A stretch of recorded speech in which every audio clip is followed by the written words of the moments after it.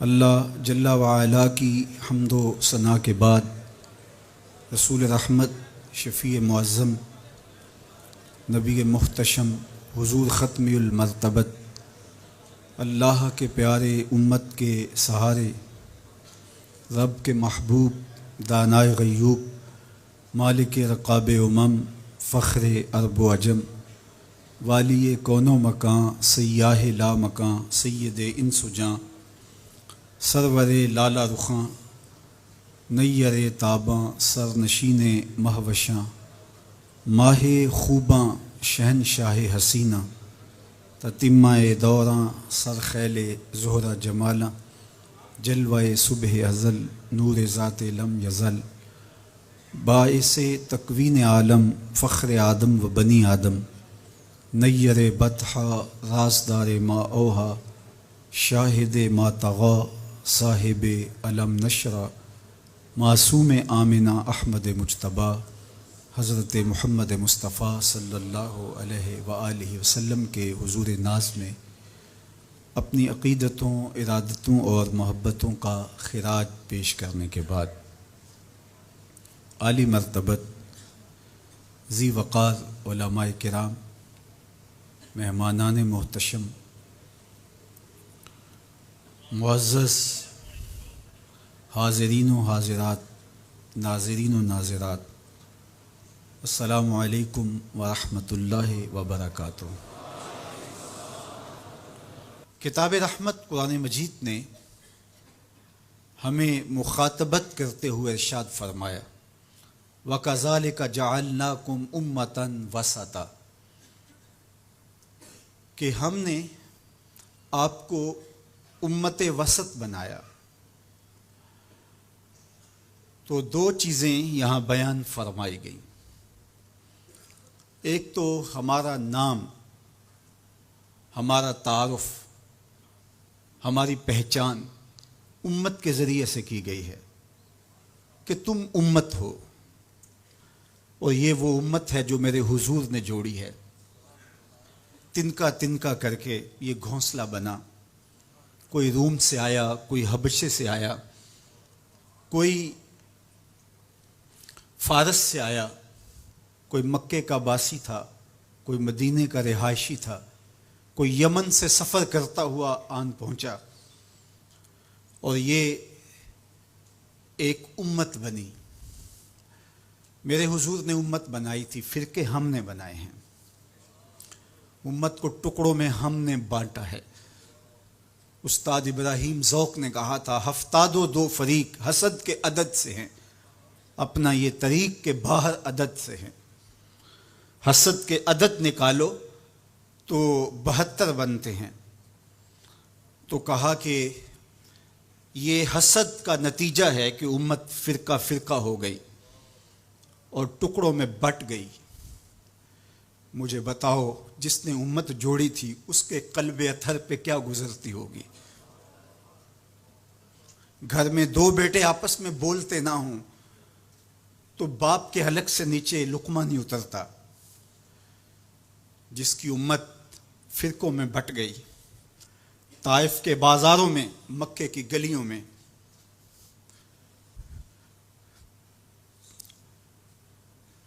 اور کہاں کہاں میرے حضور نے اس امت کے لیے دکھ جھیلے، تکلیفیں سہی، تو یہ امت ٹکڑوں میں بٹ گئی۔ حضور سے ہمیں معافی مانگنا ہوگی۔ چھوڑ کے آپ کا دامن رحمت، آقا ہم سے بھول ہوئی، کھو دی اپنی قدر و قیمت، آقا ہم سے بھول ہوئی۔ دیکھ ہماری آنکھ مچولی، اپنے سینے اپنی گولی، بھول گئے ہم درس اخوت، آقا ہم سے بھول ہوئی۔ بن گئے سیم و زر کے بندے، تن کے اجلے من کے گندے، لٹ گئی ہم سے فقر کی دولت، آقا ہم سے بھول ہوئی۔ دنیا کے ٹھکرائے ہوئے ہیں، تیرے در پہ آئے ہوئے ہیں، کھول دے اپنا باب رحمت، آقا ہم سے بھول ہوئی۔ ہم سے غلطی ہوئی کہ ہم ٹکڑوں میں بٹ گئے، ہم گروہوں میں بٹ گئے، اور اس کا نتیجہ کیا ہے؟ آج پوری امت زخم زخم ہے، پوری امت لہو لہو ہے۔ کہا تمہاری ہوا اکھڑ جائے گی اگر تم نے حبل اللہ کو چھوڑ دیا، اللہ کی رسی کو چھوڑ دیا، تم نے رسول کے دامن کو ترک کر دیا، تم گروہی تقسیمات پہ یقین رکھنے لگے، تم نے 1.5 اینٹ کی مسجد کھڑی کر لی، تم تقسیم در تقسیم کے عمل سے گزرتے رہے، تم امت سے فرقوں سے جماعتیں، جماعتوں سے لابیاں، اور لڑکتے لڑکتے تم ٹکڑے ٹکڑے ہو گئے، تم کرچی کرچی ہو گئے، تو پھر تمہاری ہوا اکھڑ جائے گی، دنیا میں تمہاری کوئی عزت نہیں رہے گی۔ آج حضور کے قلب اطہر پہ کیا گزرتی ہوگی جب شام کی بچیوں کے منہ پہ تماچے مارے جاتے ہیں، جب بغداد میں حضور کی امت خانمہ برباد نظر آتی ہے، جب برما میں آری لے کر کے اعضاء کاٹ دیے جاتے ہیں، جب دشت لیلہ سے لے کے کندھار تک اور غزہ سے لے کے کشمیر تک لاشیں ہی لاشیں بکھری ہوئی نظر آتی ہیں، بستی بستی، کریا کریا، صحرا صحرا خون، بستی بستی، کریا کریا، صحرا صحرا خون، امت والے امت کا ہے کتنا سستا خون، امت والے امت کا ہے کتنا سستا خون۔ شام، قدس، کشمیر اور برما، کس کس کا احوال کہوں؟ شام، قدس، کشمیر اور برما، کس کس کا احوال کہوں؟ ہر سو زخمی، ہر سو لاشیں، ہر سو بہتا خون، امت والے امت کا ہے کتنا سستا خون، امت والے امت کا ہے کتنا سستا خون۔ آج امت لہو لہو ہے، اس پوری کائنات میں 1 انچ بھی جگہ ایسی نہیں ہے جہاں آتش و آہن برستا ہو اور وہ کفار کی سرزمین ہو۔ جہاں بھی خون بہتا ہے وہ بستی مسلمانوں کی ہے، جہاں لاشیں گرتے ہیں وہ گھر مسلمانوں کا ہے، جہاں عصمتیں لٹتی ہیں وہ خطہ مسلمانوں کا ہے۔ یہ ہمارے گناہوں کی سزا ہے جو ہم کاٹنے پہ مجبور ہیں، اور جب تک ہم امت نہیں بنتے تب تک رسوائیاں ہمارا مقدر ہوں گی اور ذلت ہمارا مقسوم ہے جب تک ہم ان کے دامن سے نہیں جڑ جاتے۔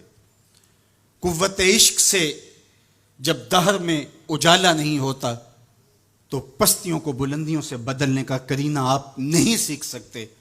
نام محمد کو تھام کر کے، امت کی وحدت کے تصور کو اجاگر کر کے، حضور کا پاکیزہ وجود جو امت کی وحدت کا ضامن ہے، اس سے بے لوث محبت کا رشتہ اور الفت کا ربط جب تک مضبوط نہیں ہوتا تب تک ہم ان مشکلات سے کبھی بھی نہیں نکل سکتے۔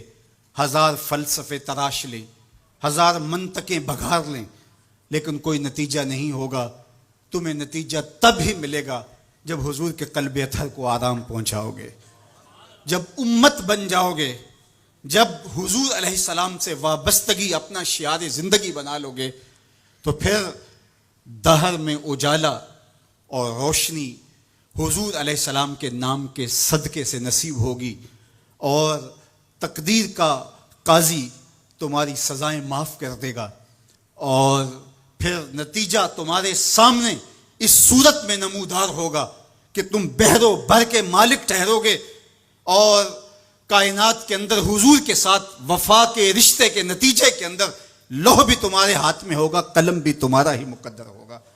لیکن شرط یہ ہے کہ تم صحیح معنی کے اندر امت بن جاؤ۔ وَأَنْتُمُ الْعَالَوْنَ إِن كُنْتُم مُؤْمِنِينَ، یہ میرے رب کا وعدہ ہے، اور میرے رب کے وعدے سچے ہوتے ہیں۔ کہا تم ان کے بن کے تو دیکھو، عزت کا تاج میں تمہارے سر پہ رکھوں گا۔ یہ تمہاری غلطیوں کی تمہیں سزا دی جا رہی ہیں، عزتیں تمہارے لیے ہیں، وقار تمہارے لیے ہے، لیکن شرط یہ ہے کہ تم میرے بھی بن جاؤ، میرے رسول کے بھی بن جاؤ۔ تو پھر عزتیں تمہارا مقدر ہوں گی اور شانیں تمہیں عطا کی جائیں گی، تمہیں عزتوں کی مسندوں پہ بٹھایا جائے گا۔ شکوے کی زبان کھلی تو لہجہ تلخ ہوا، اور اقبال بولا کہ صفائے دہر سے باطل کو مٹایا ہم نے، نوع انسانی کو غلامی سے چھڑایا ہم نے، تیرے کعبے کو جبینوں سے بسایا ہم نے، تیرے قرآن کو سینوں سے لگایا ہم نے، پھر بھی ہم سے گلہ ہے کہ وفادار نہیں، ہم وفادار نہیں، تو بھی تو دلدار نہیں۔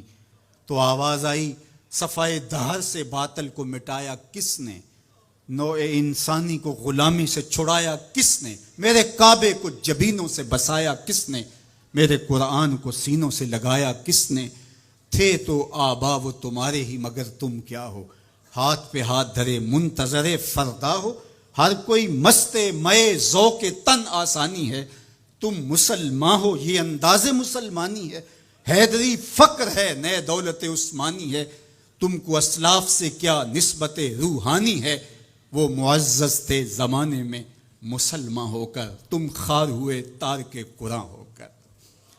جب تم میرے تھے تو خالد بن ولید کے پاس زہر کی شیشی لے کے پادری آتا ہے، تو حضرت خالد بن ولید پکڑ کے خود اس کو پی جاتے ہیں، اور وہ منتظر ہوتا ہے کہ تھوڑی دیر کے بعد یہ گریں گے اور موت واقع ہوگی، لیکن معمولی پسینے کے بعد حضرت خالد بن ولید کھڑے ہو کے کہتے ہیں میرے رب نے موت نہ لکھی ہو تو موت نہیں آ سکتی، آؤ رب کا ڈر سینے میں پال لو، زمانہ تم سے ڈرنا سیکھ لے گا، ان کے ہو جاؤ زمانہ تمہارا ہو جائے گا، ان سے وابستگی اختیار کرو پھر زمانہ تمہاری نوکری کرے گا۔ پھر میں اقبال کے لہجے میں کہنا چاہوں گا کہ محمد سے وفا تو نے تو ہم تیرے ہیں، یہ جہاں چیز ہے کیا لوح و قلم تیرے ہیں، پھر کائنات تمہاری باج گزار ہوگی، تمہاری دہلیز کی لونڈی ہوگی، زمانہ تمہارا نوکر ہوگا، شرط یہ ہے تم امت بن کے دکھاؤ، تم نے امت بننا ہے، تم نے رسول اللہ کا غلام بننا ہے، تمہارا لب و لہجہ بتائے ہم حضور کی امتی ہیں، تمہارا طرز زندگی بتائے تم حضور کی امتی ہو، تمہارا کردار بتائے تم ترازو پہ کچھ تول رہے ہو، تو لوگ دوسری طرف بھی منہ کر کے کھڑے ہو جائیں یہ غلط نہیں تول سکتا، یہ امت رسول ہے، تم بول رہے ہو لوگوں کو یقین ہو کہ یہ جھوٹ نہیں بول سکتا، یہ رسول اللہ کا امتی ہے، تمہارا طرز زندگی بتائے میں امت رسول ہوں، تمہاری وحدت، تمہارا زور ہے، تمہاری طاقت ہے، تمہاری توانائی ہے، تو فرمایا وَكَذَلِكَ جَعَلْنَاكُمْ أُمَّةً، ہم نے تو امت بنایا تھا تمہیں، تم ٹکڑے ٹکڑے ہوئے، تم نے اپنے آپ کو بانٹ لیا، تم ایک دوسرے کا گریبان نوچنے لگے، تم ایک دوسرے کے جبے پھاڑنے لگے، تم ایک دوسرے کے لیے نفرتوں کے بیج بونے لگے، تمہاری زبانیں انگارے اگلنے لگی، تم چنگاریاں نکالنے لگے، تم ممبر و محراب کے تقدس کو پامال کرنے لگے، تم خواہشات کے غلام بن گئے، تم آرزوؤں کے نوکر بن گئے، تم اپنے نفس کی غلامی میں آ گئے، تم تو غلام تھے آمنہ کے لال کے، تم نے کب سے نفس کی غلامی اختیار کر لی، تم کب سے خواہش کے نوکر بن گئے، تم کب سے نفس کے بندے بن گئے، پھر تمہیں ذلیل نہ کیا جاتا تو اور تمہارا علاج کیا ہے؟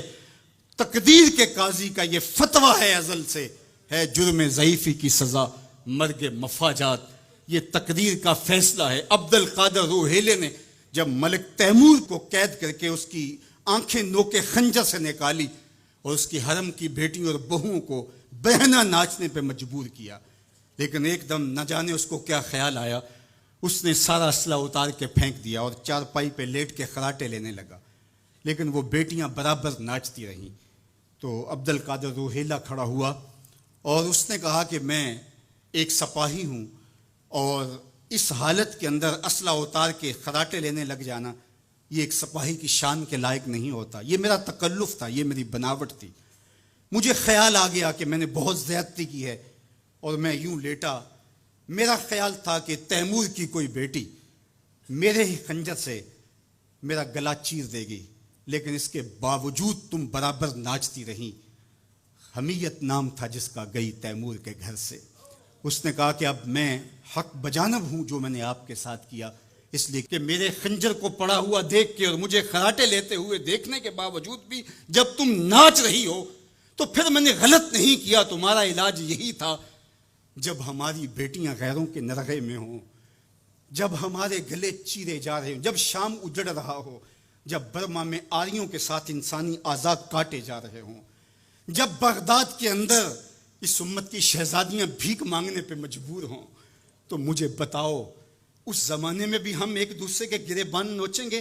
تو پھر جو ہمارے ساتھ ہو رہا ہے یہ ہماری سزا تھی، ہمیں امت بنایا گیا تھا، ہم نفس کے غلام بن گئے، ہم خواہشات کے نوکر بن گئے۔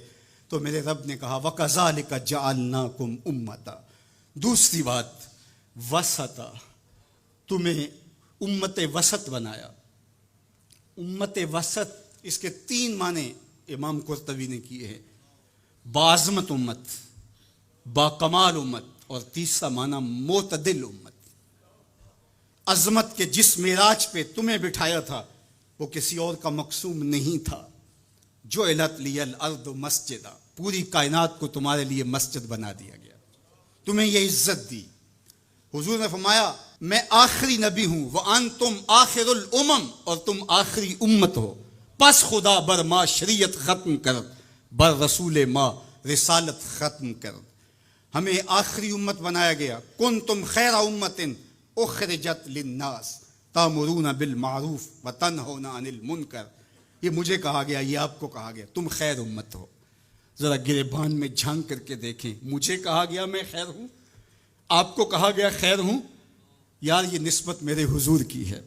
تو تم خیر سے جڑے ہو، تم بھی خیر بن گئے ہو، تم خیر امت ہو، تمہیں عزتوں کی مسند دی گئی، جو معراج، جو مقام، جو مرتبہ، جو رفعت تمہیں دیا گیا وہ کسی اور کا مقصوم نہیں ہے، تم خیر امت قرار پائے۔ اللہ اکبر۔ تو کہا اس سے مراد باعظمت امت ہے۔ دوسرا معنی باکمال امت، جو عزت، جو شرف، جو مرتبہ، جو مقام تمہیں دیا گیا، جو کمال، عروج اور بانکپن تمہارا مقصوم ہے وہ کسی اور امت کا مقصوم نہیں ہے۔ حضور نے ارشاد فرمایا ایک بندہ صبح سے لے کر کے ظہر تک مزدوری کرتا ہے، اس کو ایک قیراط دیا جاتا ہے۔ ایک ظہر سے لے کر عصر تک مزدوری کرتا ہے، اس کا وقت تھوڑا ہے لیکن مزدوری اس کو بھی ایک قیراط دی جاتی ہے۔ اور تیسرا شخص عصر سے لے کر مغرب تک مزدوری کرتا ہے، دونوں سے کم تھوڑا وقت لگاتا ہے لیکن اس کو 2 قیراط دیے جاتے ہیں۔ فرمایا پہلی مثال یہود کی ہے، دوسری مثال نصارہ کی، اور تیسری مثال میری امت کی۔ تھوڑے عمل پر زیادہ اجر رکھا گیا۔ من جاء بالحسنۃ فلہ عشر امثالھا، ایک نیکی کرو گے 10 کا ثواب ملے گا۔ یہ اس امت کو اعزاز دیا گیا، یہ امت کو تکریم دی گئی۔ ایک بچہ حفظ قرآن کرتا ہے اور اپنے خاندان کے لوگوں کی شفاعت کرتا چلا جاتا ہے۔ بڑھاپے میں اترتا ہے ایک شخص، عمر کی کثرت کی وجہ سے وہ خاندان کی شفاعت کا اہل ہو جاتا ہے۔ کیا کیا شرف نہیں دیے گئے، کیا کیا مقام نہیں دیا گیا۔ اس امت کو عزتوں کی مسند پہ بٹھا دیا گیا۔ قیامت کے دن اعضائے وضو سے چمکتی ہوئی یہ امت سامنے آئے گی، دور سے پہچانے جائیں گے یہ محمد عربی کے غلام ہیں، چونکہ ان کے اعضاء چمک رہیں گے، روشنی نکل رہی ہوگی ان کے وجود سے۔ تیسرا معنی امت وسط کا معتدل امت، اعتدال کی راہوں پہ چلنے والی، نہ یہود کی طرح اور نہ نصارہ کی طرح افراط و تفریط کا شکار نہیں ہوں گے، بلکہ یہ اعتدال کی راہوں پہ گامزن ہوں گے، عقائد میں، اعمال میں، رویوں میں، طرز زندگی میں، انداز معاشرت میں، گفتگو میں، کلام میں، ہر لحاظ سے یہ اعتدال کی راہوں کے مسافر ہوں گے۔ جب یہ امت اعتدال کی راہوں سے نکلی اور ان میں غلوف پیدا ہوا یا ان کے اندر تفریط پیدا ہوئی تو نتیجہ یہ ہوا امت اپنے وقار کو کھو بیٹھی۔ یہود نے شان الوہیت اور شان رسالت کے اندر تنقیص کر دی اور انبیاء علیہم السلام کی دشمنی مول لی اور کتنے نبیوں کو ناحق قتل کیا۔ بنی اسرائیل نے 70 نبی شہید کیے ہیں۔ آج اگر راہ خدا میں ہمیں کوئی تکلیف پہنچتی ہے تو میں اور آپ ہوتے کون ہیں؟ اس راستے کے اندر تو نبی شہید کیے گئے۔ امام رازی نے تفسیر کبیر میں لکھا ہے کہ مکے سے طائف تک 70 ایسے نبیوں کی قبریں ہیں جن کی وفات صرف بھوک کی وجہ سے ہوئی ہے۔ یہ دین یوں ہی ہمارے تک نہیں پہنچا، یہ قدریں ہمارے تک یوں ہی نہیں پہنچی، ہمارے اسلاف کی قربانیوں کا نتیجہ ہے۔ اور دوسری جانب نصارہ نے انبیاء کے باب میں ایسا غلو کیا اور توحید کے عقیدے کو بھی بگاڑ کے رکھ دیا، حضرت عیسیٰ کو خدا کا بیٹا قرار دے دیا۔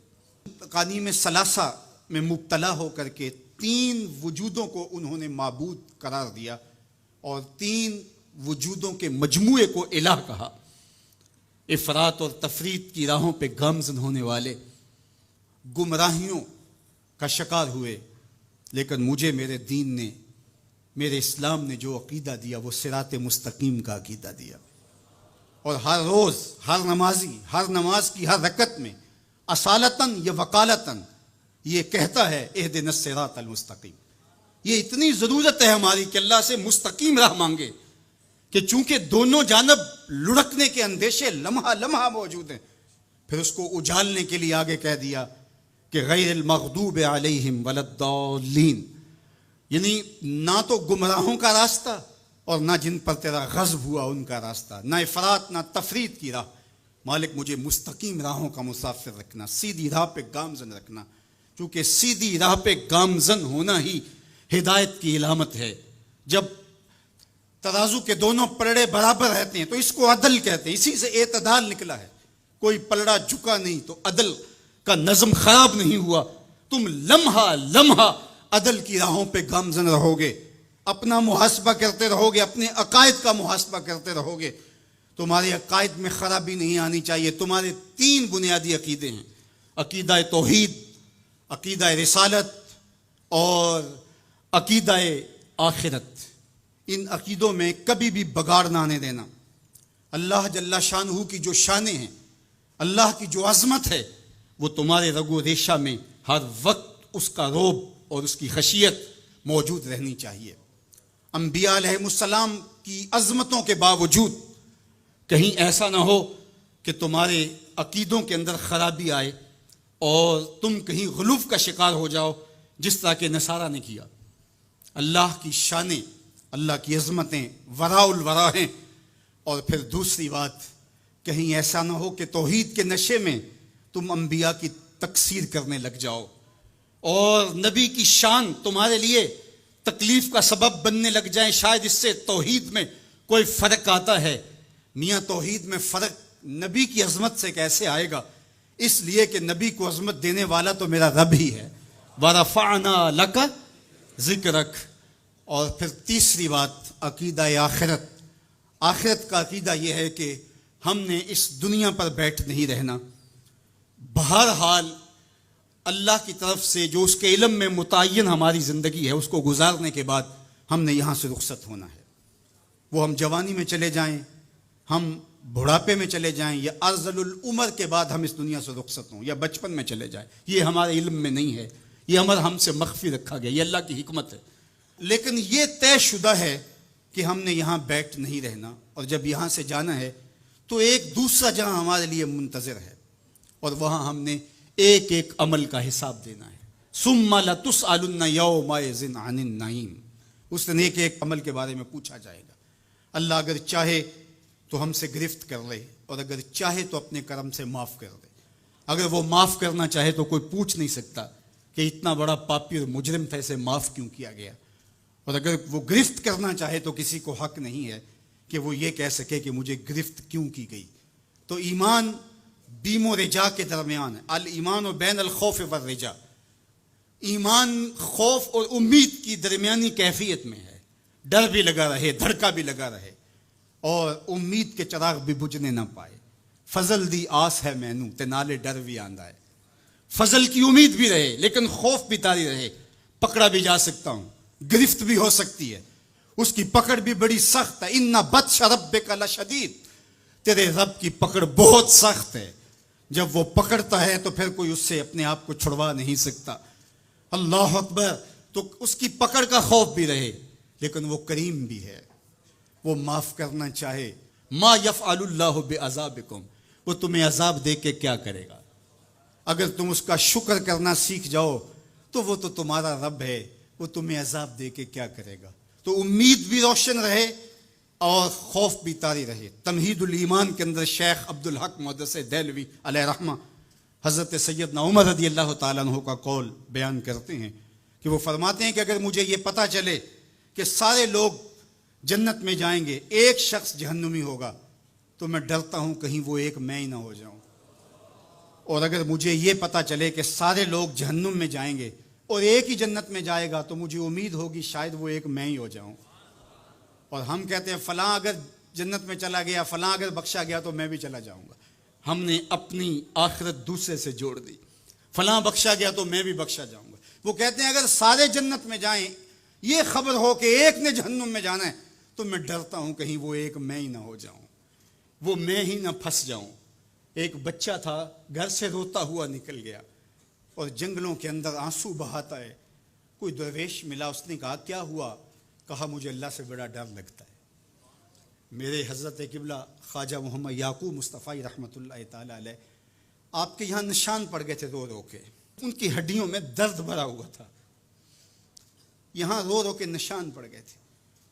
تو یہاں ایک بزرگ ہوتے تھے، انتقال کر گئے۔ وہ کہتے ہیں ایک دن میں گیا تو انہوں نے دونوں اپنے گھٹنے کھڑے کیے تھے اور اپنی باہیں اس کے گرد لپیٹی ہوئی تھیں اور ایسے سر جھکایا تھا۔ تو میں نے جا کے سلام کیا تو انہوں نے سر اٹھایا تو وہ رو رہے تھے۔ تو میں نے کہا کہ آپ اتنا روتے کیوں ہیں؟ تو وہ کہتے ہیں کہ ان کے انداز نے میرے اندر درد بھر دیا۔ انہوں نے ایسے سر اٹھایا اور کہا اس سے ڈر آتا ہے، اس سے ڈر آتا ہے۔ کرم دی آس ہے مینوں تے نالے ڈر بھی آندا ہے، فضل دی آس ہے مینوں تے نالے ڈر بھی آندا ہے۔ یہ امید کہ میری بخشش و مغفرت ہو، اور یہ خوف کہ اگر میں پکڑا گیا۔ تو وہ بچہ رو رہا تھا، تو اس فقیر نے پوچھا بیٹے کیوں رو رہے؟ کہ اللہ کا ڈر آتا ہے۔ تو کہا تمہارے دامن پہ تو گناہ ہی نہیں۔ کہتے ہیں بڑے کی عزت اس لیے کرو کہ اس کی نیکیاں زیادہ ہوں گی، اور چھوٹے کی تکریم اور شفقت اس لیے کرو اس کے دامن پہ گناہ نہیں ہے۔ اللہ اکبر۔ ہم لوگوں کے گناہ دیکھتے ہیں اور اپنی خوبیاں دیکھتے ہیں۔ صوفیاء کا ایک جملہ ذہن کی تختی پہ لکھ لیجئے، جب عیب دیکھنے کا شوق آئے وہ کہتے ہیں اپنے اندر اتر جاؤ، اور جب خوبیاں دیکھنے کا شوق آئے تو دوسروں کو دیکھو، دوسروں کو دیکھو، کسی کے اندر کوئی خوبی، کسی کے اندر کوئی خوبی۔ تو کہا کہ اللہ سے ڈر آتا ہے۔ تو کہا کہ بیٹے تم نے تو گناہ ہی کوئی نہیں کیے۔ تو کہا آج میں نے عجیب ماجرا دیکھا جس نے مجھے گھر سے نکال دیا۔ کہا کیا؟ کہا کہ میری ماں کھانا پکانے کے لیے چولہے میں آگ جلانے لگی، تو اس نے لکڑیاں رکھی، تو لکڑیوں کو آگ نہیں لگ رہی تھی، تو اس نے چھوٹی چھوٹی لکڑیاں توڑ کے پہلے نیچے رکھی اور پھر ان کو آگ لگائی۔ ان کو آگ لگی تو پھر بڑی لکڑیوں کو بھی لگی۔ تو میں روتا ہوا گھر سے بھاگ آیا ہوں جنگل میں، کہیں ایسا نہ ہو کہ قیامت کے دن بڑے بڑے مجرموں کو آگ نہ لگے تو چھوٹے چھوٹوں کو رکھ دیا جائے۔ تو جب خوف سرایت کرتا ہے تو یہاں عمر نہیں دیکھی جاتی، اور بڈھا پاپی سب سے بدترین شخص وہ ہے جو بڑھاپے کے باوجود بھی بدکاری نہیں چھوڑتا۔ کہتے ہیں جب کوئی بندہ 40 سال کا ہوتا ہے پھر اس کا عذر باقی نہیں رہتا، 40 سال تک اس کا عذر باقی رہتا ہے، لیکن جب 40 سال کا ہو جائے، اب سن کہولت میں آ گیا، اب اگر وہ گناہ کرتا ہے تو کوئی عذر نہیں ہے۔ ہڈیاں کمبن گوڈے کھڑکن تے اڑ گیا لک تیرا، اجے بھی بدیوں باز نہ آئیوں جیو مرد دلیرا، یا ایھا الانسان ما غرک بربک الکریم۔ میرا رب پکار پکار کے کہہ رہا ہے او بھاگنے والے انسان آجا پلٹ کے، تیرا رب بڑا ہی کریم ہے۔ میں یہ بات 100 بار کہی، میرے سننے والے مجھ سے 1000 بار سن چکے، لیکن لفظوں کی چاشنی اور امید کی ایسی جگمگاتی کرنیں روشن ہوتی ہیں کہ دل میں چراغاں ہو جاتا ہے، اور جب میں یہ بول رہا ہوتا ہوں تو میرے اندر پھل جھڑیاں پھوٹ رہی ہوتی ہیں، اور اللہ کے تشکر کے اندر درد کی کیفیت بھی پیدا ہو رہی ہوتی ہے کہ وہ رحمت بھرے لہجے میں پکار کے کہہ رہے سرکش کو، متمرد کو، باغی کو جو اس کی دہلیز چھوڑ کے بھاگ گیا، او بھاگنے والے آجا پلٹ کے، تیرا رب بڑا ہی کریم ہے۔ کوئی ایسے بھی آواز دیتا ہے، کوئی ایسے بھی مجرم کو پکارتا ہے۔ یہاں رک کے میں ایک اور جملہ بھی کہنا چاہتا ہوں۔ اعتدال میں حقوق اللہ اور حقوق العباد کی جو لوگوں نے تقسیم کی اور اس کا اپنا معنی متعین کیا، وہ ایک مشہور تو ہے لیکن حقیقتاً وہ معنی متعین نہیں ہے۔ اللہ کے حق فائق ہیں مخلوق کے حق سے۔ عمومی طور پہ کہا جاتا ہے یار حقوق اللہ کی خیر ہے، بس حقوق العباد کا خیال رکھو۔ یہ عمومی بات کہی جاتی ہے، تو یہ بات اچھی طرح ذہن نشین کر رہے ہیں، یہ بھی آپ کے اعمال میں اور آپ کی افکار میں اور آپ کے نظریات میں غلو پیدا ہو گیا کہ آپ نے اللہ کے حق کو کمتر سمجھ لیا اور مخلوق کے حق کو غالب سمجھ لیا۔ ایسا نہیں ہے، اللہ کے حق سب سے زیادہ ہیں۔ اللہ تعالیٰ قرآن مجید میں ایک موقع پر ارشاد فرمایا، وَمَا قَدَرُ اللَّهَ حَقَّ قَدْرِهِ، انہوں نے اللہ کی قدر کا حق ہی ادا نہیں کیا۔ وہ تمہارا خالق لگتا ہے، خالق کے بڑھ کے حق کس کے زیادہ ہو سکتی؟ تو جو مختلف روایات کے اندر حقوق العباد کی طرف توجہ دلائے گی تو اس کا مطلب یہ ہے، مفہوم یہ ہے کہ اللہ تو کریم ہے، وہ معاف کر دے گا، بندہ تو معاف نہیں کرے گا۔ بالخصوص قیامت کے دن جب پھنس گیا اور اس کی اپنی بدعمالیاں بھی اس کے پاس ہوئیں اور کسی نے اس کا حق غصب کیا ہوا ہوگا تو پھر کیا ہوگا؟ اب وہ تو خود پھنسا ہوا ہے تو وہ کبھی نہیں چھوڑے گا۔ اب اللہ تعالیٰ کس طرح اس معاملے کا حل فرمائے گا کہ یہ شخص جس نے حق کھایا ہے، جس نے زیادتی کی ہے، تو اس دوسرے شخص کو اپنی نیکیاں دے گا۔ نیکیاں لینے کے باوجود بھی اگر وہ پاپی اتنا بڑا ہے کہ ابھی بھی کام نہیں بنتا اور اس کے ذمے قرض بھی باقی رہ گیا، تو پھر یہ اس کو اپنے گناہ دے گا۔ تو اب قیامت کے دن کون چھوڑے گا؟ جہنم کی دہکتی ہوئی آگ سامنے ہوگی اور ایک بندہ پھنسا ہے اور یہ بھی پھنسا ہوا ہے، تو اس کی جان اس کو اپنے گناہ دے کے اس کی نیکیاں لے کے چھوٹ رہی ہے، تو وہ کیسے معاف کرے گا؟ وہ نہیں معاف کرے گا۔ اس لیے اس معنی کے اندر کہا کہ حقوق العباد میں کوتاہی نہ کرنا، اس لیے کہ اس کی معافی نہیں کرے گا، وہ اس کے پاس ایک چیز ہاتھ لگ جائے گی وہ تو غنیمت سمجھے گا۔ تو اس کا یہ مطلب بھی کہیں نہیں ہے کہ بندے کے حق کہیں غالب اور زیادہ ہیں، اللہ کے حق کم ہیں۔ جو حق بندے کا اللہ پر ہے، اللہ نے تو پیدا کیا ہے۔ الذی خلقک فسواک فعدلک، کہا تیرے حق میرے اوپر زیادہ ہے اس لیے کہ میں تیرا خالق لگتا ہوں۔ میں آپ سے پوچھتا ہوں، اس دنیا پر، اس عالم رنگ و بو میں، اس مادی کائنات میں سب سے زیادہ آپ کے کندھوں پر کس کے حق ہیں؟ تو آپ سب کہیں گے ماں کے حق۔ حضور سے بھی پوچھا گیا من ابرو، حضور میں سب سے زیادہ کس کے ساتھ حسن سلوک کروں، یہ حضور سے سوال کیا گیا۔ تو میرے آقا کریم نے فرمایا امکت، اپنی ماں کے ساتھ۔ تو اس نے پھر دوبارہ سوال کیا، پھر حضور نے فرمایا کہ اپنی ماں کے ساتھ۔ پھر کہا حضور میں سب سے زیادہ نیکی کس سے کروں، میری نیکیوں کا، میرے حسن سلوک کا سب سے زیادہ حقدار کون ہے؟ تو آقا کریم نے فرمایا امکا، تیری ماں۔ تو پھر اس نے چوتھی مرتبہ کہا تو حضور نے فرمایا تیرا باپ۔ تو 3 مرتبہ حضور نے ماں کا ذکر کیا۔ علماء نے یہاں لکھا کہ والد اولاد کی تربیت کرنے کے لیے مشقت سہتا ہے، کمائی کرتا ہے، یہ ایک مرحلہ ہے اس کا۔ ماں 9 ماہ تک اس کو اپنے پیٹ میں رکھتی ہے، ایک مرحلہ یہ۔ پھر ولادت کا دوسرا مرحلہ، زچہ بچہ دونوں کے لیے موت و حیات کی کشمکش ہے۔ اور تیسرا مرحلہ اس کی تربیت کا جس طرح باپ شامل ہوتا ہے۔ تو ماں کے 3 حق بیان کیے اور باپ کا ایک حق بیان کیا۔ مجھے بتاؤ وہ ماں اور وہ باپ جو اولاد کو اپنی آنکھوں کا تارا اور نور نظر کہتی ہے، کیا اس کے حق ساری زندگی بھی کوئی لگا رہے تو ادا کر سکتا ہے؟ کسی نے کہا کہ میں نے ماں کو اپنے کندھوں پہ اٹھا کے حج کروایا اور موسم میں حدت اور گرمی اتنی تھی کہ اگر گوشت کا ٹکڑا زمین پہ پتھر پہ ڈال دیا جاتا تو وہ بھن کے کباب بن جاتا، کیا میں نے اپنی ماں کا حق ادا کر دیا؟ کہا تیری ولادت کے وقت جو اس نے تکلیف سہی، اس تکلیف کے ایک جھٹکے کا حق بھی ادا نہیں ہوا۔ یہ تیری ماں ہے، کیا تو اتنی بے وفا ہو گئی ہے کہ اس ماں کی مرضی اب تیری مرضی نہیں رہی؟ وہ باپ جس کی ہڈیاں بھی درد کر رہی ہیں اور وہ مزدوروں والے اڈے پہ بیٹھا ہے، اور جب کوئی مزدور لینے آتا ہے تو اس سے صحیح طرح سے اٹھا بھی نہیں جاتا، پھر بھی کلی والا ڈبہ اٹھا کے آگے بڑھتا ہے، اور مزدور لینے والے شخص کے ساتھ لپٹ کے چمٹ کے کہتا ہے کہ بابو مجھے لے جاؤ، 10 روپے کم دے دینا، میں نے اپنی بیٹی کی کالج کی فیس دینی ہے۔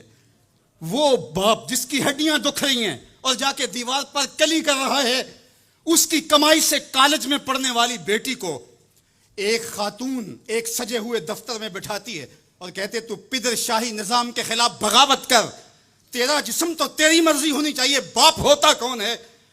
وہ بیٹی اس کے منہ پہ تھپڑ مارے، وہ کلی کر کے میرا پیٹ پالتا رہا اور میری فیسیں ادا کرتا رہا، میں تو اپنے بدن اور اپنی زندگی کی ایک ایک سانس بھی اپنے باپ کے نام کر دوں، حق پھر بھی ادا نہیں ہو سکتا ہے۔ میرا باپ میری تعلیم کا ضامن ہے، میری زندگی کا ضامن ہے، میری عزت اور آبرو کا پہرے دار ہے۔ اللہ اکبر، معاشرہ بدل گیا، حالات کے تیور تبدیل ہو گئے، بغاوتیں بھر گئیں، وفاؤں نے دم توڑ دیا۔ مغرب کی تہذیب سوائے تکلف کے اور کچھ نہیں ہے، اور چہرہ جو روشن نہ ہو تو کیا حاجت گلگونہ فروش، نئی تہذیب تکلف کے سوا کچھ بھی نہیں ہے۔ یہ مغربی تہذیب کی یلغار نے مرد آوارہ، بیکار و زن کمار باش کیا معاشرہ تخلیق کیا جا رہا ہے۔ میرے حضور کے غلاموں، آؤ ہم نے دین حضور سے لینا ہے، اور یہ سارے چونچلے اور یہ ساری مغربی وظیفہ خور تنظیمیں یہ دم توڑ کے رہ جائیں گی۔ اس کائنات کے اندر اور اس وطن کے اندر جھنڈا لہرائے گا تو محمد عربی کے نظام کا ہی لہرائے گا انشاءاللہ۔ ہم حضور کے دین کو کھڑا کرنے کے لیے اور حضور کے نظم کو غالب کرنے کے لیے اپنی زندگی کے ایک ایک سانس کو حضور کے نام وقف کریں گے۔ میری زندگی کا مقصد تیرے دین کی سرفرازی، میں اسی لیے مسلمان، میں اسی لیے نمازی، میری زندگی کا ایک ایک لمحہ حضور کے دین کے لیے، حضور کے نام کے لیے۔ تو حقوق والدین کے جو ہے وہ بہت سارے ہیں، کہا تو اس کے ایک درد کے جھٹکے کا جواب بھی نہیں دے سکا۔ ماں اولاد سے جو محبت کرتی ہے اور جو ماں کے حق ہیں وہ اتنے زیادہ ہیں کہ کسی پیمانے میں اس کو تولا نہ جا سکے۔ میں کہا کرتا ہوں سمندر کی پاتال تک تو کوئی پہنچ گیا ہوگا، لیکن ماں کے پیار کا کنارہ آج تک کسی نے نہیں پایا۔ یہ سڑکوں کے کناروں پر بڑے بڑے ہیوی ترازو نصب کر دیے گئے ہیں، پورا کنٹینر تول لیا جاتا ہے، لیکن آج تک ایسا ترازو میں نے نہیں دیکھا جس پر ماں کے پیار کو بھی تولا جا سکے۔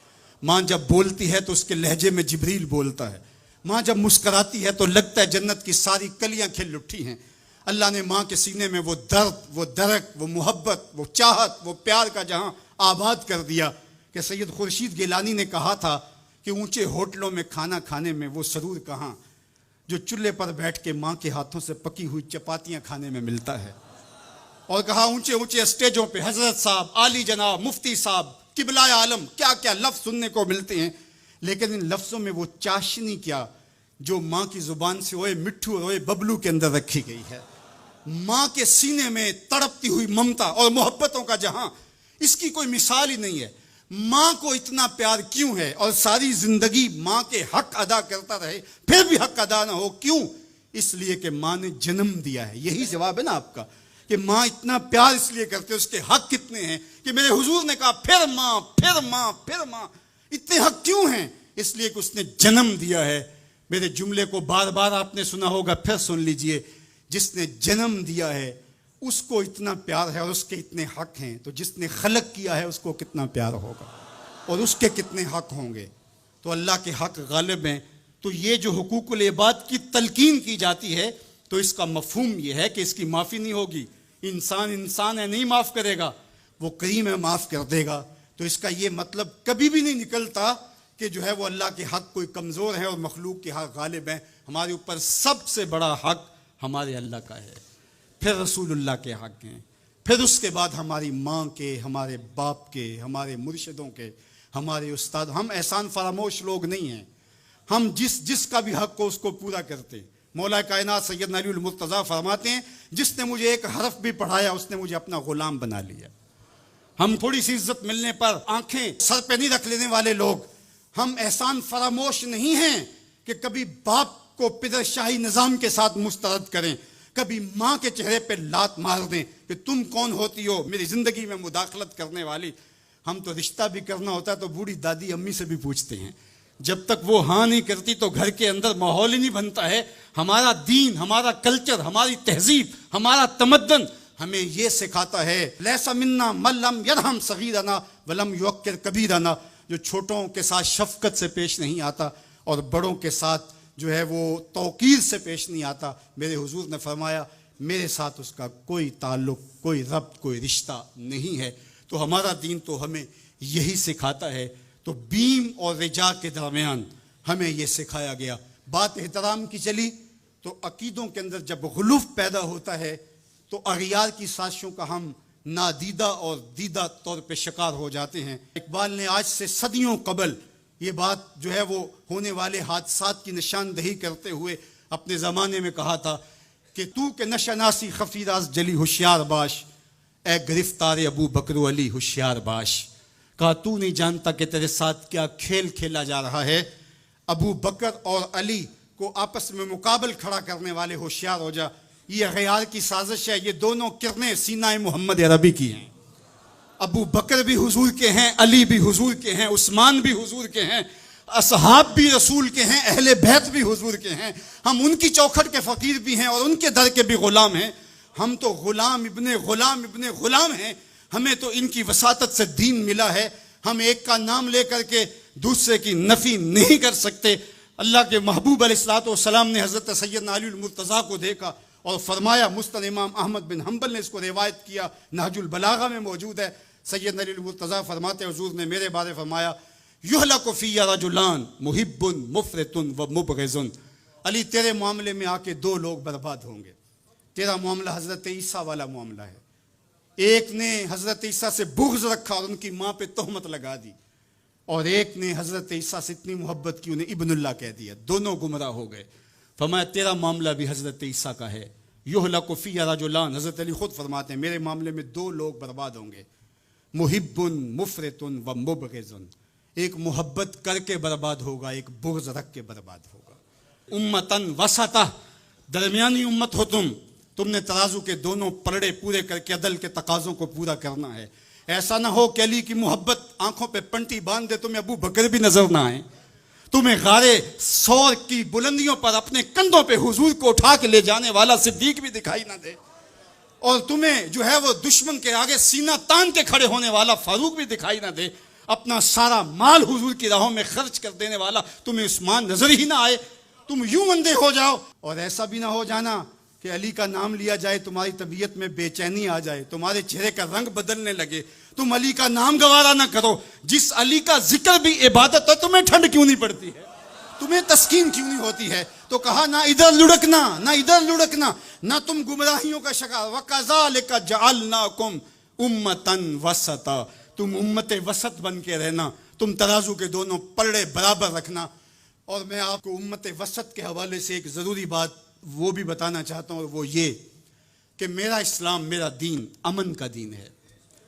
قیام امن دین کے مقاصد میں شامل ہے. لیکن دوسری جانب اگر دشمن کی سرکوبی کے بغیر راستے نہ نکلتے ہوں تو اسلام کہتا ہے گھوڑے تیار رکھو. اسلام کہتا ہے تمہاری تیغ براں اس کے سر کو کاٹتی ہوئی آگے بڑھ جائے، تم ان کے جوڑ جوڑ پہ مارو. تمہیں جہاد کا حکم دیا گیا تو ان دونوں پلڑوں کو برابر رکھنا پڑے گا. کہیں ایسا نہ ہو کہ تم امن کی بات کرتے کرتے جہاد کو ہی بھول جاؤ، اور ایسا بھی نہ ہو کہ تم جہاد کی بات کرتے ہوئے امن کا مذاق اڑانے لگو جو کہ دین کے مقاصد سے ہے. جہاد بھی امن کے قیام کے لیے کیا جاتا ہے. آپ فقہا سے پوچھیں، فی نفس ہی قتال قبح ہے، حسن نہیں ہے، فی نفس ہی. لیکن یہ حسن کیسے ہوا؟ لغیر ہی ہوا، یعنی چونکہ قتال سے پھر پائیدار امن آئے گا، لہٰذا یہ مجبوری قبول کر لی گئی. تو اصل امن ہے، امن کے قیام کے لیے جہاد کیا گیا، اور اس میں تمہارا نفس نہیں آنا چاہیے. حضرت علی کے منہ پہ تھوک دیا جاتا ہے، پیچھے ہٹ جاتے ہیں چھاتی سے، علی کا نفس شامل ہو گیا. یہ ہمارا دین ہے. شہادت ہے مطلوب و مقصود مومن، نہ مال غنیمت نہ کشور کشائی، شہرت پسندی کے لیے. ابو امامہ الباہلی فرماتے ہیں حضور علیہ الصلوۃ والسلام سے پوچھا، ایک شخص شہید ہو جاتا ہے، جان راہ خدا میں وار دیتا ہے، لیکن اس کے دل میں ہے کہ چلو میری شہرت بھی ہو جائے گی تو اس کو اجر ملے گا. میرے حضور نے فرمایا فلا شیء لہ، اسے کوئی اجر نہیں ملے گا. تو کہتے ہیں میں سمجھا کہ میں اس بات کو صحیح طرح سے بیان نہیں کر پایا، تو میں نے پھر کہا حضور اعلاء کلمت الحق کے لیے، دین کی سربلندی کے لیے اس نے یہ سب کچھ کیا ہے، لیکن ساتھ یہ بھی ہے کہ چلو ناموری بھی تو ہوگی. حضور نے پھر فرمایا فلا شیء لہ، اسے کوئی اجر نہیں ملے گا. تیسری مرتبہ پھر پوچھا حضور اس کا مقصد اللہ کے جھنڈے کو اونچا کرنا، اعلاء کلمت الحق، لیکن ساتھ یہ بھی ہے چلو ناموری بھی تو ہوگی.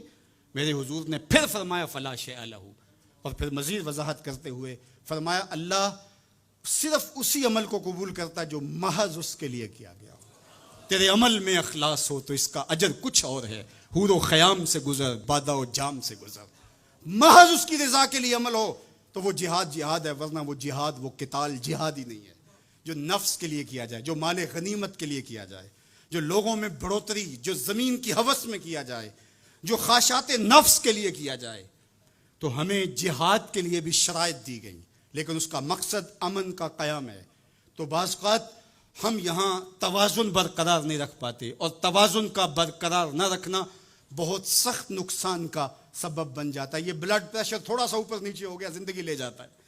اب کہیں یہ تھوڑا سا ہی نیچے ہوا، کیا فرق پڑا اس سے؟ میاں اس توازن کا نام ہی تو صحت ہے، صحت کا نام ہی تو زندگی ہے۔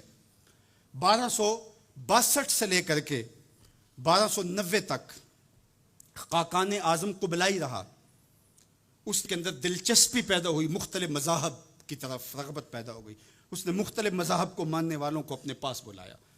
غلام مرتضیٰ میکش نے یہ تاریخ اسلام میں سارا واقعہ لکھا ہے، اور اس نے بدھ مت کے لاماؤں کو، ہندوؤں کے بڑوں کو، جوگیوں کو، پادریوں کو، سب کو بلا کے کہا مجھے اپنے اپنے مذہب کے حوالے سے کچھ بتاؤ۔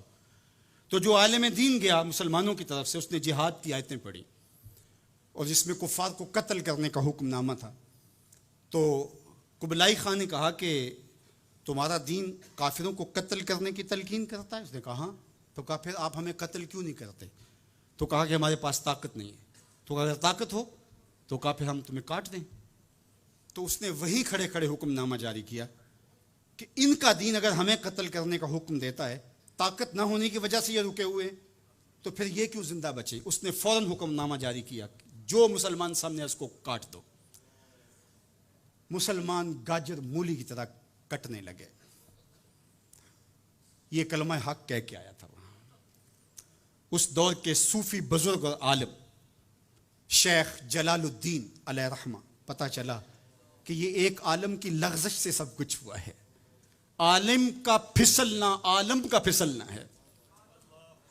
تو گئے جا کے بادشاہ کو کہا کہ بادشاہ کیا ماجرا ہوا؟ کہا تمہارا دین ہمیں قتل کرنے کا کہتا ہے، اور ہمارے پاس طاقت ہے، پھر ہم آپ کو کیوں چھوڑے؟ تو کہا صاحب وہ دین کی تعبیر کو سمجھتے نہیں تھے جنہوں نے آپ کو بتایا۔ حالت جنگ کے یہ احکام ہیں۔ عام دنوں کے اندر تو اسلام یہ نہیں کہتا، اور حالت جنگ کے اندر آپ بتائیے کون کسی کو چھوڑتا ہے؟ لیکن میرا اسلام پھر بھی بچوں کو چھوڑتا ہے، پھر بھی خواتین کو چھوڑتا ہے، مذہبی رہنماؤں کو چھوڑتا ہے۔ اس نے کھڑے کھڑے حکم نامہ جاری کیا کہ جو کٹ گئے ابھی تلواریں نیام میں ڈال لی جائے۔ تو صاحب جب تک عدل نہیں ہوگا، جب تک آپ یکسر علم را دامن عقل باید، ایک سیر علم کے لیے 10 من عقل چاہیے، اگر آپ ترازو کے دونوں پلڑے برابر نہیں رکھ سکتے تو تمہیں تولنے کے لیے بٹھایا کس نے؟ میرا رب کہتا ہے وَكَذَلِكَ جَعَلْنَاكُمْ أُمَّةً وَسَطًا، ہم نے تمہیں امت وسط بنایا۔ ترازو کے دونوں پلڑوں کو برابر رکھنا، دونوں پلڑوں کو جھکنے نہ دینا۔ اللہ کے محبوب علیہ السلام نے دونوں پلڑے رکھے۔ المومن غر کریم، مومن سادہ مزاج ہوتا ہے، بھولا بھالا سیدھا سادہ ہوتا ہے۔ اللہ اکبر۔ اب مومن کا سیدھا سادہ ہونا یہ کہیں ایسا ہی نہ ہو کہ لوگ اس کو دعوے لگاتے رہیں۔ کہا فطرتاً تو ایسا ہی ہوتا ہے، اس کی طبع ہے کہ وہ اعتبار کر لیتا ہے، لیکن دوسرے مقام پہ کہا بیلنس بھی کر لو۔ میرے حضور نے ارشاد فرمایا لا یلدغ المؤمن من جوہر واحد مرتين، مومن ایک ہی بل سے 2 مرتبہ ڈنگ نہیں کھاتا۔ اگرچہ وہ چالاک نہیں ہے لیکن زیرک ضرور ہے، اگرچہ وہ مکار نہیں ہے لیکن بصیرت کا نور اللہ نے اس کے سینے میں رکھا ہے۔ کہا اس کی فراست قلبی سے ڈرو، وہ اللہ کے دیے ہوئے نور سے دیکھتا ہے، اس کو اللہ نے چراغاں دی ہے، اللہ نے اس کو روشنی عطا کی ہے۔ عمومی طور پہ کہا جاتا ہے یہ دنیا والے ہیں، یہ دین والے ہیں، اور یہ 2 تقسیمات کر دی جاتی۔ یہ تقسیمات ہمارا دین ہمیں نہیں سکھاتا۔ دونوں پلڑے برابر رکھو، دنیا بھی اور دین بھی۔ اصل دنیا کیا ہے؟ ملا رومی بولے چیز دنیا از خدا غافل بدن، دنیا ہے کیا؟ خدا سے غافل ہونے کا نام دنیا ہے۔ وہ آپ چاہے ممبر پہ بیٹھ کے غافل ہیں یا دکان پہ بیٹھ کے غافل ہیں، وہ آپ دنیا داری کر رہے ہیں۔ یہاں مقصد لوگوں کے دل اپنی طرف موڑنا، لوگوں کی جیبیں ڈھیلی کرنا، لوگوں میں اپنے آپ کو محبوب اور اپنے آپ کو جو ہے وہ لوگوں کا مقصود بنانا، اپنے بت کو تراشتے رہنا کہ لوگ پوجا پاٹ کرتے رہیں۔ یہ ممبر پہ دکانداری ہو رہی ہے، اور دوسرا دکان پہ بیٹھا ہے لیکن سچ کا دامن نہیں چھوڑتا۔ میرے حضور نے فرمایا سچا تاجر قیامت کے دن پیغمبروں کے ساتھ اٹھایا جائے گا۔ تو دنیا اور دین یہ دونوں ساتھ ساتھ چلتے ہیں۔ تو دین اور دنیا 2 الگ الگ خانے نہیں ہیں۔ اسلام ترک دنیا سے روکتا ہے لیکن غرق دنیا سے بھی بچنے کی تلقین کرتا ہے. رہبانیت کا درس بھی نہیں دیتا. لا رہبانیت فی الاسلام. اسلام میں رہبانیت نام کی کوئی چیز نہیں ہے کہ تم گھر بار چھوڑ دو, تم بستی چھوڑ دو, تم کوہ غار کی زندگی اختیار کرو. اسلام کا یہ مزاج نہیں ہے. ابھی بات ہو رہی تھی, حضور نے مواخات قائم کیے مدینہ المنورہ میں, 2 مرتبہ قائم کیے. ایک دفعہ حضور نے مکے میں قائم کیے تھوڑے صحابہ کے درمیان. اور مواخات مدینہ یہ کائنات کا ایک انوکھا باب ہے, اور یہ ایک الگ مضمون اور عنوان ہے کہ 2 افراد کو, ایک انصار لیا اور ایک مہاجر لیا, اور حضور نے ان کے درمیان مواخات قائم کر دی.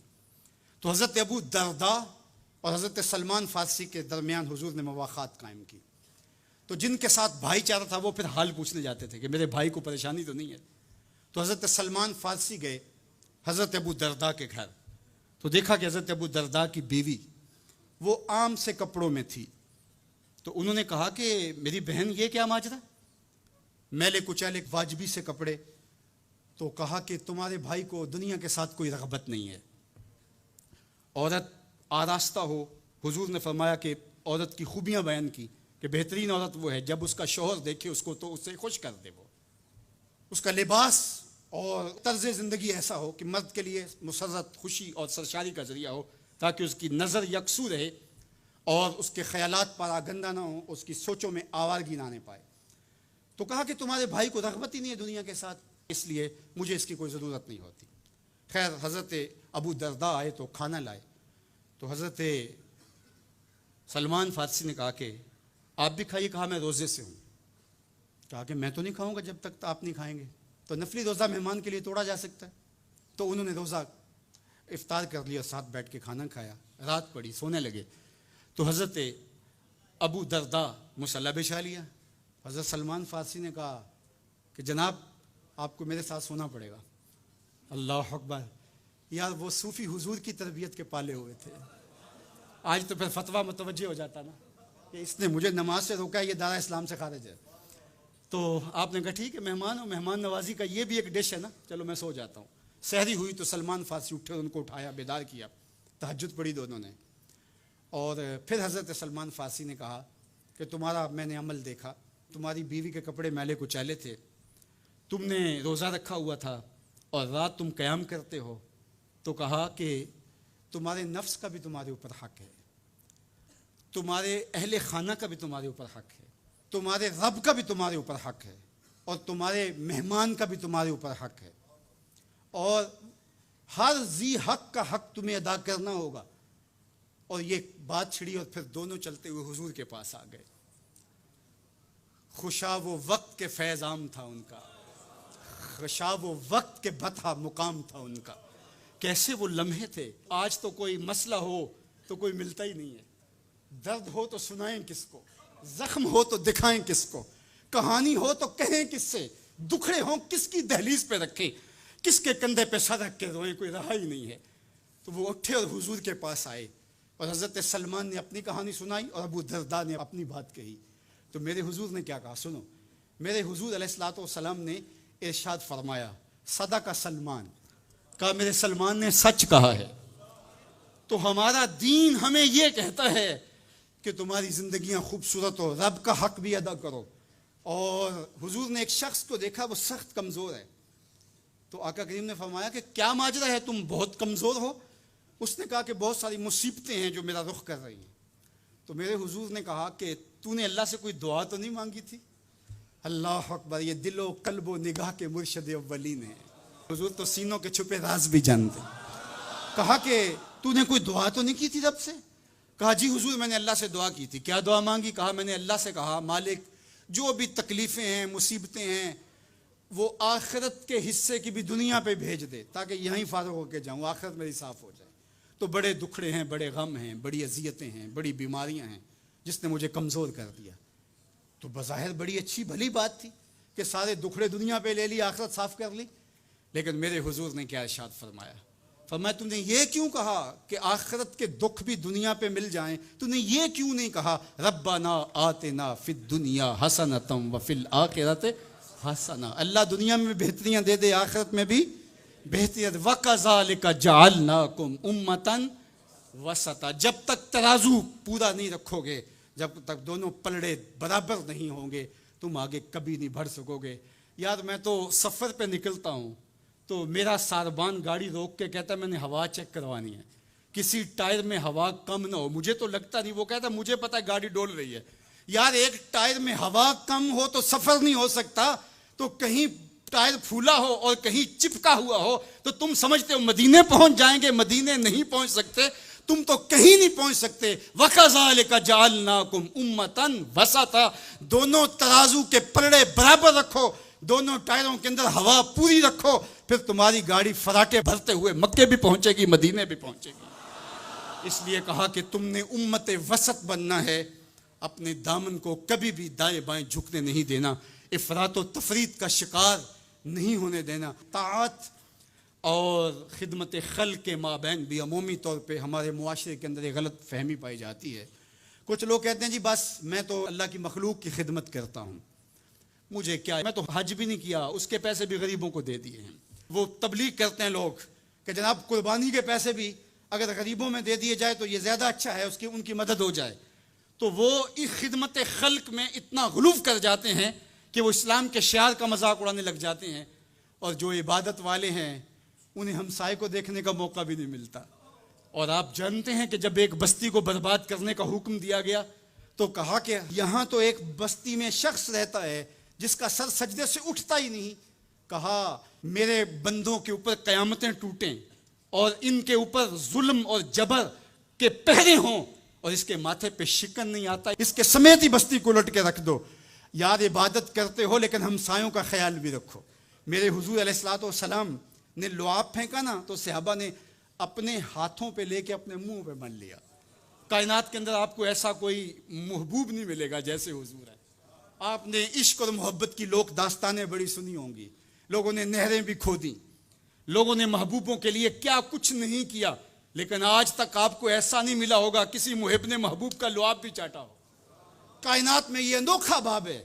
تو حضور علیہ الصلوۃ والسلام نے فرمایا کہ تمہیں اس چیز پر کس نے ابھارا کہ میرا لعاب بھی اپنے چہروں پہ مل رہے ہو؟ تو انہوں نے کہا اللہ اور اس کے رسول کی محبت نے۔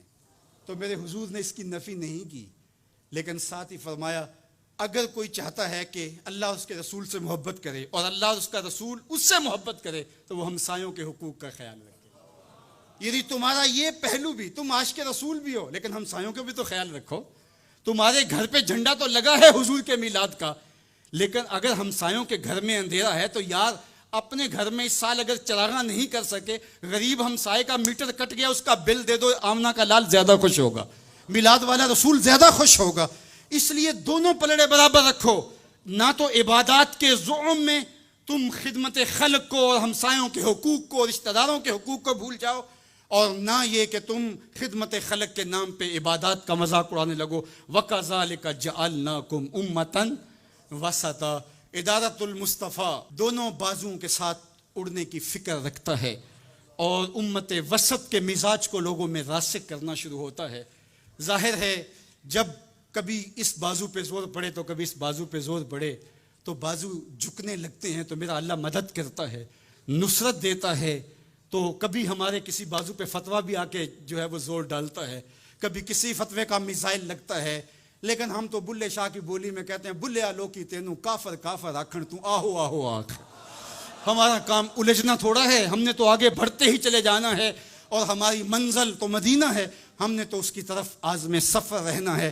ادارت المصطفیٰ ایک فکر کا نام ہے، اور وہ فکر جو مدینے کی ضیاؤں سے پھوٹتی ہے، گنبد خضرا کے جمال کی روشنی ہے، اور وہ مصطفی نہیں ہو سکتا جس کے دونوں بازو میں سے ایک بازو شل ہو۔ حضور کی امت سے جس کو پیار نہیں ہے، حضور کی امت سے جس کو محبت نہیں ہے، حضور کی محبتوں کا کبھی بھی مستحق نہیں ہو سکتا۔ میرے بزرگ فرمایا کرتے تھے جس کے بچوں سے تم پیار کرتے ہو اس کا باپ تم سے پیار کرتا ہے۔ اگر تم چاہو کہ حضور ہم سے پیار کریں تو حضور کی امت سے پیار کرو۔ تو ایک امت بنو، دوسرا امت وسط بنو، تو پھر دیکھنا تمہاری شاہین صفت پرواز اس کو کوئی چھو بھی نہیں سکے گی۔ تم پھر بڑھتے رہو گے اور تمہارا بڑھنا منزل آشنا ہوگا، اور تو راہ نورد شوق ہے منزل نہ کر قبول، لیلا بھی ہم نشیں ہو تو محمل نہ کر قبول۔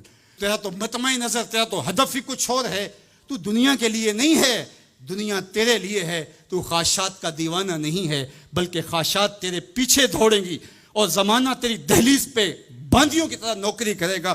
من کان للہ کان اللہ لہو، تو ان کا ہو کے دیکھ، زمانہ تیرا ہو جائے گا۔